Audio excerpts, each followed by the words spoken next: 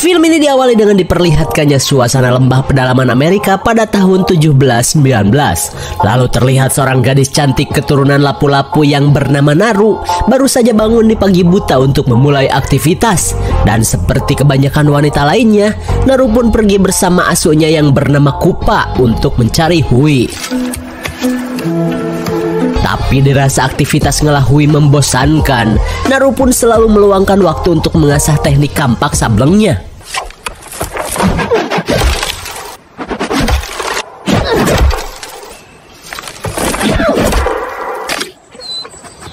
Merasa tekniknya sudah GG, Naru yang melihat jejak kaki rusa berniat menggunakan skillnya untuk berburu.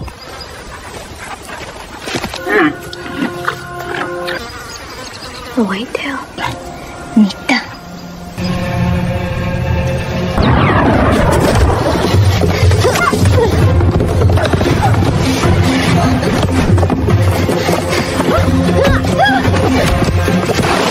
Tapi rupanya kombonya bersama si Kupa masih belum cukup GG untuk berburu.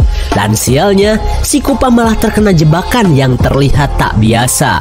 Setelah membebaskan si Kupa dari jebakan, Naru pun heran dengan jenis jebakan yang terbuat dari besi ini. Dirasa laku keras di tukang barbek, Naru pun berniat membawa jebakan itu. Tapi tiba-tiba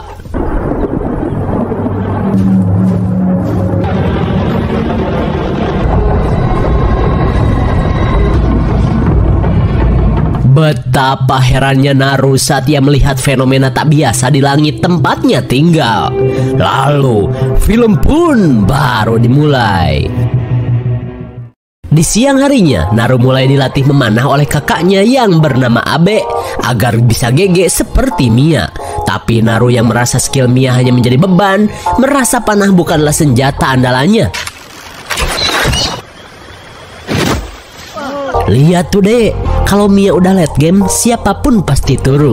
Abe pun menambahkan jika jangan sekali-kali meremehkan busur panah yang sudah turun-temurun menjadi senjata andalan sukunya.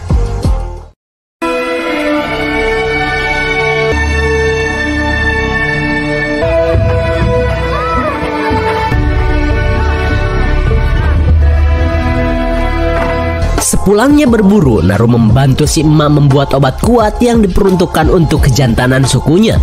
Namun si emak yang kehabisan bahan-bahan obat meminta Naru untuk mencari dan memetik bunga Totsia. Sementara di salah satu lembah, terlihat sebuah pesawat alien baru saja menurunkan sosok makhluk misterius yang sebenarnya gak misterius amat, karena seperti yang kita tahu doi adalah Predator yang pernah tayang di RCTI melawan Arnold Schwarzenegger. Kembali kepada Naru yang sedang mencari bunga Totsia sekaligus ngored. Hingga saat menemukan bunga yang dicari, ia pun memetiknya dan memasukkan bunga itu ke dalam bungkusan kecil yang biasa disebut sebagai kanyut kunang. Saat kembali ke desa, Naru pun kaget saat orang-orang panik akibat salah satu warga diserang singa. Di sisi lain, si pria Moheksi Katwese dan komplotannya sedang melakukan perburuan untuk mencari singa yang telah menyerang warga.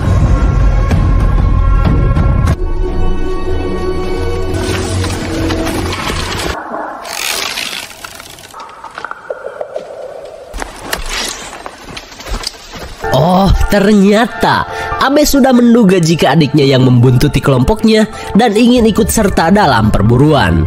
Melihat hal itu, si Moheksi Katwese menolak karena merasa Naru hanya akan menjadi beban saja. Akan tetapi menurut Abe kemampuan adiknya cukup berguna untuk melacak, kemampuan obat-obatannya pun bisa diandalkan.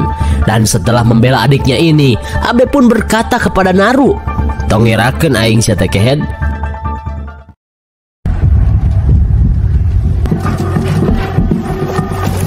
Good. Dog pouch.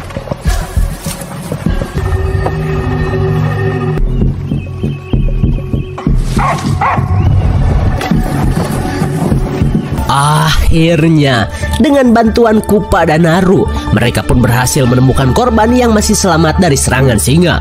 Melihat luka yang cukup parah, Naru pun segera melakukan pengobatan.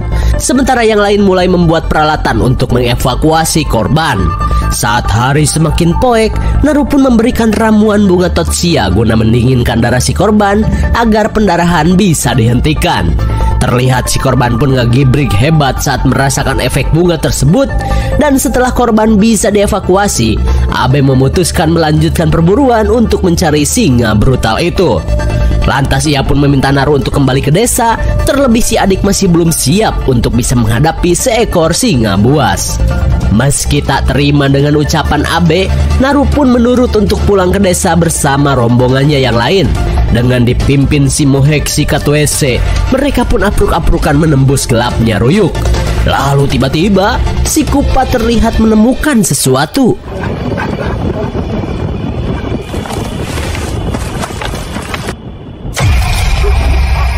Betapa herannya Naru saat ia menemukan bangkai ular yang telah dikuliti. Tak cuman itu, ia pun menemukan jejak besar yang aneh dan darah di atas pohon.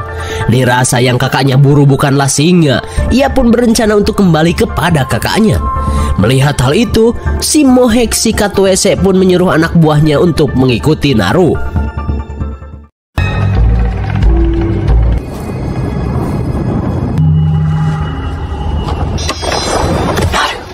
Tiba-tiba saja Abe menariknya dan menyuruh Naru untuk mematikan obor, karena kini mereka sedang berada di teritori singa.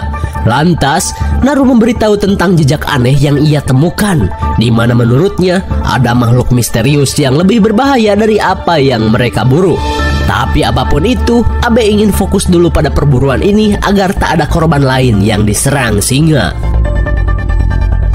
Sambil ngepron, mereka pun akhirnya menggunakan rencana yang Naru buat untuk memburu singa tersebut. Setelah memasang beberapa umpan, Naru dan si Gondrong naik ke atas pohon untuk menunggu singa buruannya. Sementara Abe masih sibuk memasang umpan dengan bangkai yang ia dapat. Lantas si Gondrong yang sok pro pun terus membacoti Naru yang dianggap anak kemarin sore. Udahlah dek, jangan sok-sokan ikut berburu, ntar rambut rebondingnya rusak loh. Suwe sekali niat hati ingin sok jago, si Gondrong pun seketika moka dicium singa.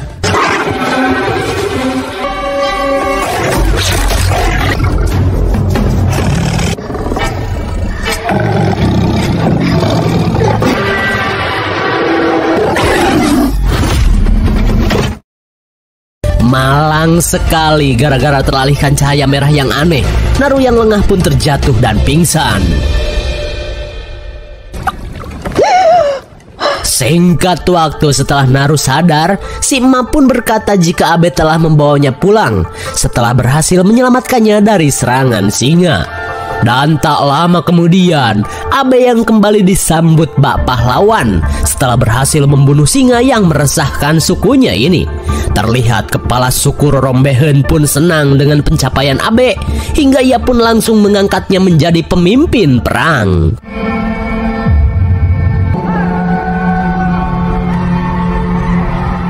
Namun di tengah pencapaian Abe, si rambut Moheksi Katwese terlihat panas dada dan seolah merasa iri.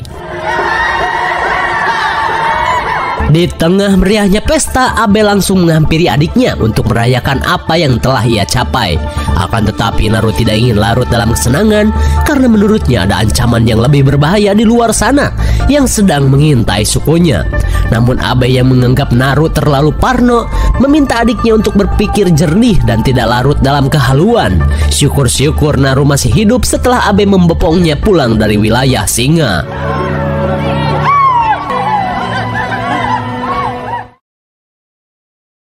Di keesokan harinya, Naru yang kebluk dibangunkan menggunakan ceker. Sekilas terlihat songong, tapi jangan salah, cara itu adalah ciri khas membangunkan orang di suku Rorombehen. Dan saat wanita-wanita lain sibuk gegeroh dan menyiapkan sarapan, Naru yang tomboy memutuskan untuk bersiap pergi berburu mencari apa yang selama ini ia curigai. Naru pun berjalan berlawanan arah dengan apa yang seharusnya para wanita lakukan. Dengan ditemani Kupa, Naru pun berjalan apruk-aprukan untuk mencari apa yang seharusnya dicari.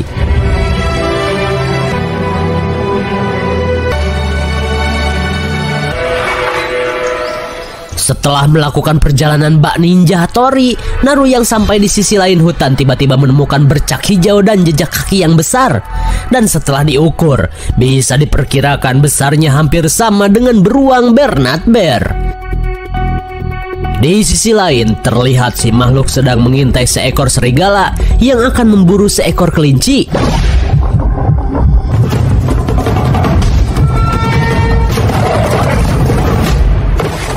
Sungguh gabut sekali Bak ingin menyatakan siapa yang terkuat. Sekonyong-konyong si predator langsung mengajak serigala ini adu mekanik.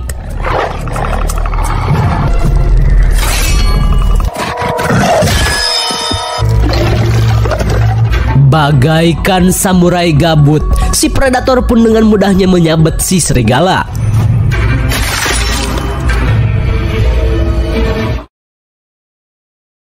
Kembali kepada Naru yang sedang berlatih kampak. Dirasa staminanya keburu habis saat harus selalu memulung kampak. Ia pun kini memiliki sebuah ide untuk mempermudah itu semua.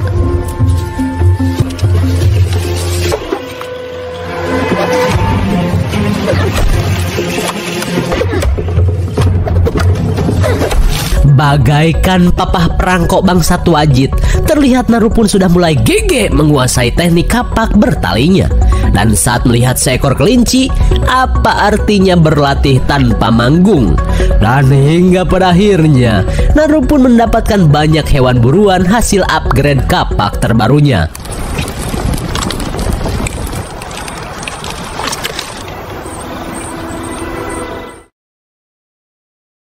Di keesokan harinya, bagaikan popol kupa, Naru pun kembali melangkahkan kaki melewati gunung bebatuan untuk mencari buruan besarnya itu. Di sisi lain, sang predator terlihat sedang melakukan karya seni dengan melelehkan kepala serigala yang akan ia gunakan sebagai aksesoris. Gabut sekali.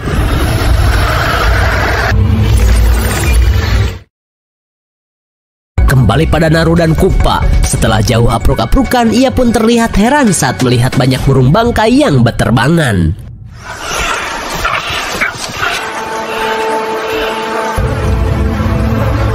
Sungguh pemandangan yang sangat mengerikan dan tak biasa tentunya. Naru pun mulai yakin dengan apa yang sedang ia buru. Apalagi saat Naru menemukan selongsong aneh di dekat bangkai itu. Di sisi lain, terlihat si predator pun mulai waspada saat ia menemukan jejak kaki Naru dan Kupa. Akankah terjadi adegan saling memburu? Kembali pada Naru yang sedang mencari jejak. Ia pun heran saat melihat cakar besar di pohon pinus. Oh my god, suwe sekali. Dengan gegabah Naru malah terperosok ke dalam lumpur hisap. Di tengah situasi hidup dan mati, Naru pun berusaha membebaskan diri dari lumpur ini.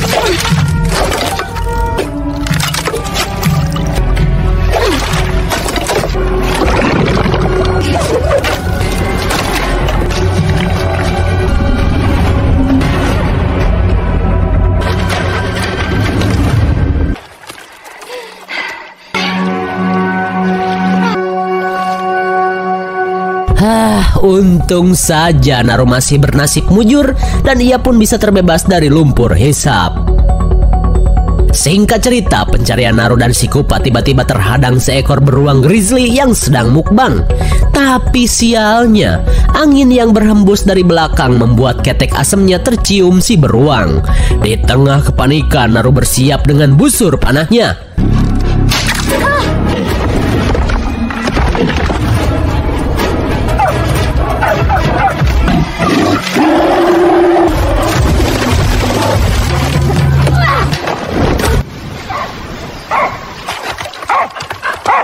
Melihat si Kupa kembali dengan ketakutan, Naru pun merasa ada yang tidak beres.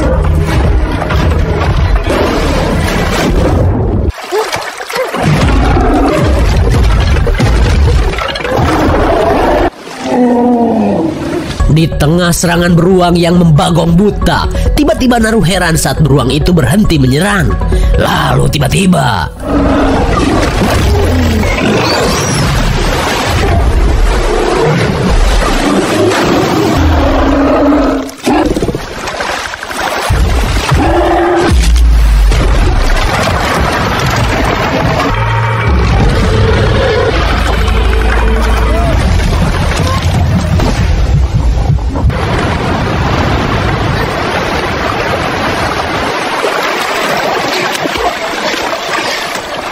beruntung Untung sekali Naru berhasil lolos dari sosok mengerikan yang mampu mengalahkan beruang dengan begitu mudahnya. Setelah mengetahui hal itu, Naru pun berniat kembali ke desa untuk memperingatkan orang-orang akan bahaya makhluk yang ia temukan. Di tengah perjalanan, tiba-tiba Naru bertemu dengan komplotan si Mohek si Katwese yang ditugaskan untuk mencarinya. Bahkan si Mohek si Katwese pun menjelaskan jika Abe sedang repot mencari Naru di sisi lain hutan. Mendengar hal itu, Naru pun langsung memperingatkan mereka tentang apa yang ia lihat di sungai. Tapi jelas saja ucapan yang hanya dianggap dongeng itu tak membuat si Mohek si Katwese percaya.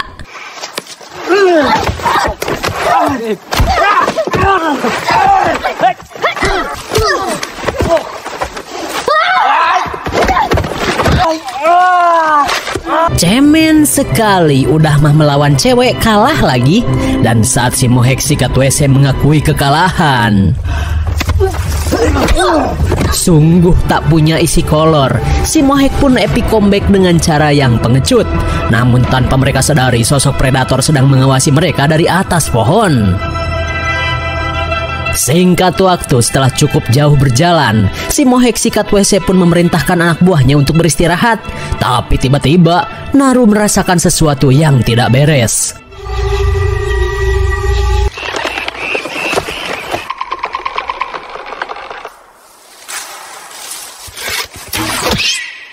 Dengan gaya yang sok jago, si Mohek si Katwese meledek Naru yang terlalu parno.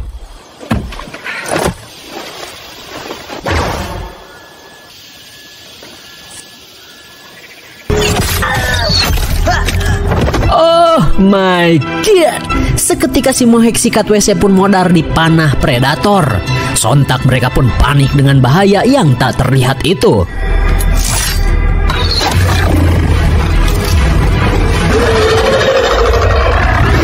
Akhirnya, sosok predator pun terlihat setelah gelang canggihnya error. Akan tetapi jiwa barbar turunan lapu-lapu tak membuat mereka kabur dan malah menantang predator adu mekanik.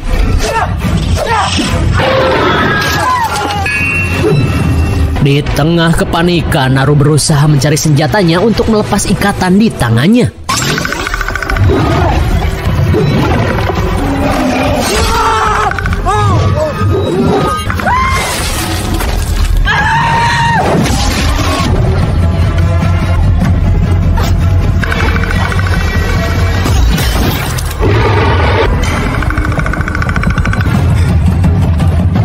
Dirasa mustahil melawan predator, Naru pun kabur ngabret seedan-edannya.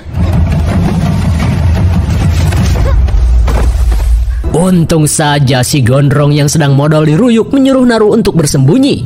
Di tengah keheningan, si predator masih gigih mencari mereka. Dan tentu saja dengan sensor panas, si predator mampu melihat mereka dengan jelas.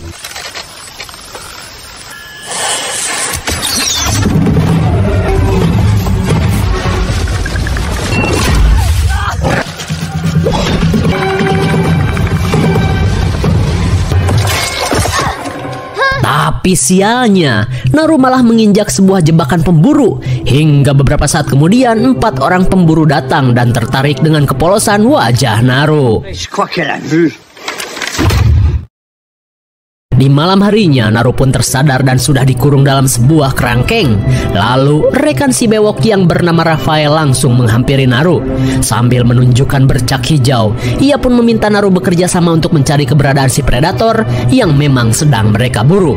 Tapi Naru yang jelas tidak mengetahui apa-apa, tak bisa memberikan informasi yang mereka inginkan. Mendengar hal itu, si bewok yang kesal mengeluarkan seorang tawanan lain. Dan ternyata itu adalah Abe, si pemimpin perang suku Rorombehen. Di keesokan harinya, Naru dan Abe diikat di sebuah pohon untuk memancing kedatangan predator. Sementara komplotan si bewok sedang bersiap untuk menyergap. Namun tanpa mereka sadari, si predator malah berhasil membokong dan menghabisi beberapa teman si bewok.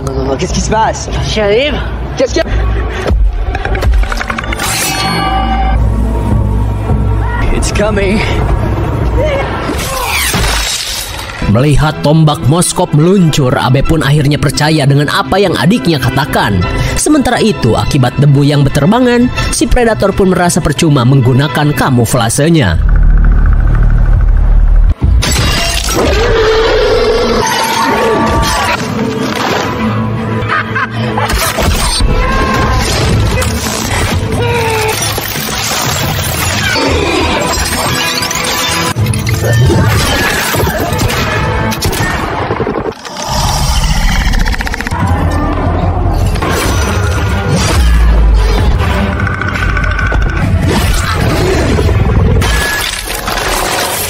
Dengan mudahnya, solo versus sekuat dimenangkan Predator hingga salah satu anggota mencoba untuk menembak.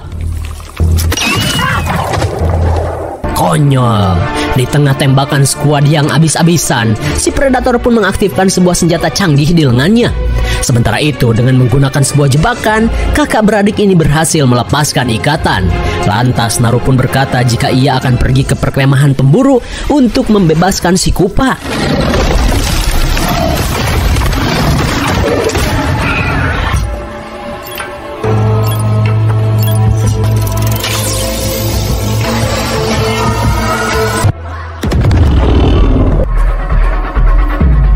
Singkat cerita, Naru yang kembali ke perkemahan pemburu mengendap-endap untuk membebaskan Kupa.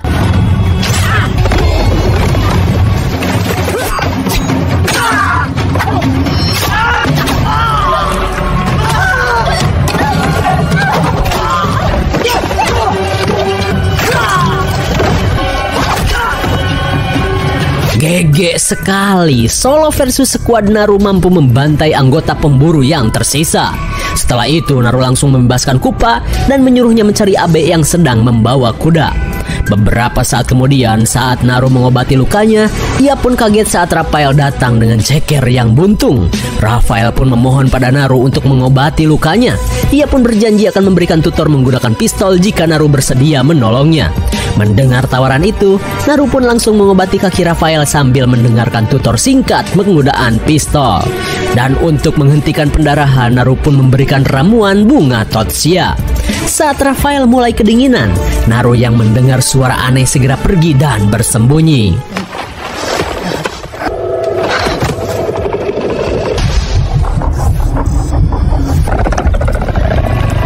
Dan betapa herannya Naru saat melihat predator itu tidak bisa mendeteksi Raphael.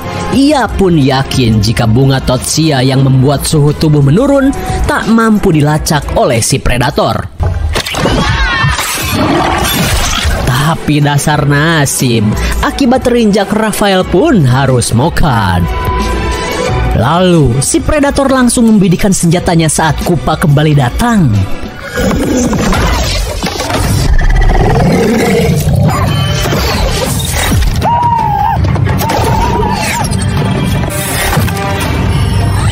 Saat predator adu mekanik dengan kakaknya, Naru pun heran saat tembakan predator terus mengarah pada sensor dari helmnya.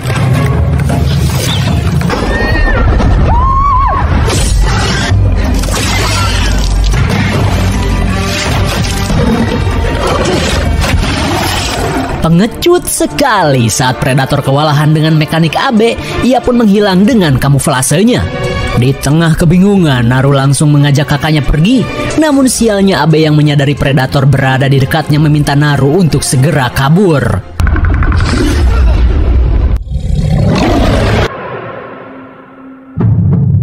Sontak Naru pun syok parah saat kakaknya dicucuk tepat di hadapannya. Saat Naru pelangak-pelongo, Abe pun sekali lagi membuat perlawanan agar adiknya bisa selamat. Singkat waktu sambil membersihkan diri di sungai, kesedihan Naru pun sudah tak terbendung lagi. Hingga saat hari menjelang poek, Naru yang tertidur terbangunkan saat si Kupa menghampirinya. Lalu dari kejauhan Naru melihat si bewok sedang leleson di pinggir sungai. Saat dendam tak tertahankan, Naru pun mempunyai sebuah ide yang lebih kopet.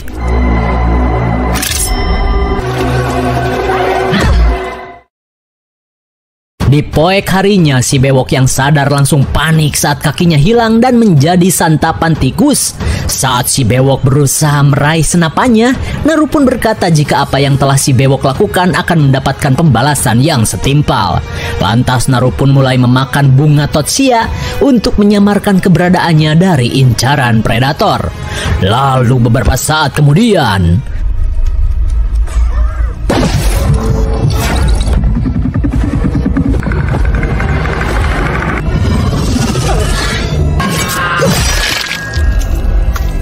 modar siah. Saat si bewok modar, Naru pun langsung melancarkan rencananya.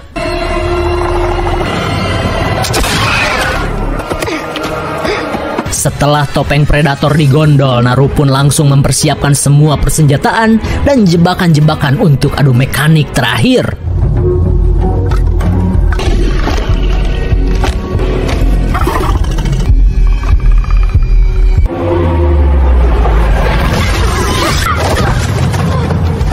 Saat predator berdarah-darah, Naru langsung memancingnya menuju jebakan.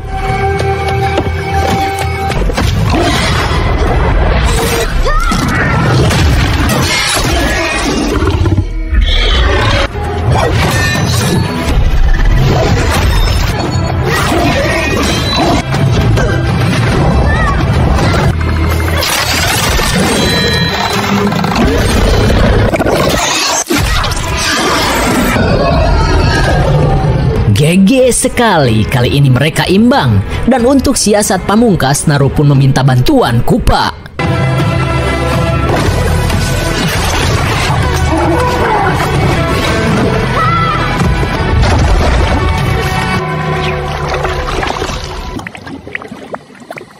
Oh, apakah predator modar karena lumpur hisap? Tapi aneh sekali, predator mampu bangkit dari dalam lumpur seakan-akan lumpur itu cetek. Dan saat predator akan melakukan fatality,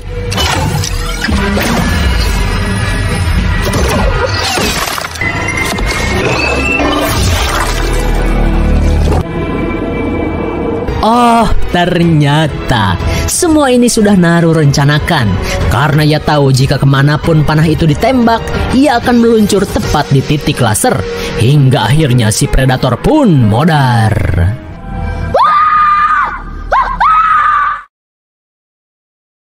Di keesokan harinya, warga suku Rorombehen pun terlihat heran saat melihat Naru dari kejauhan membawa sesuatu yang tak pernah mereka lihat sebelumnya.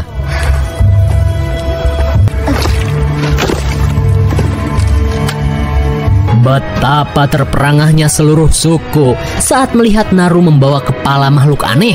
Naru pun meminta semuanya untuk pindah dan mencari tempat lain untuk bermukim, karena ia takut makhluk seperti ini akan datang lagi.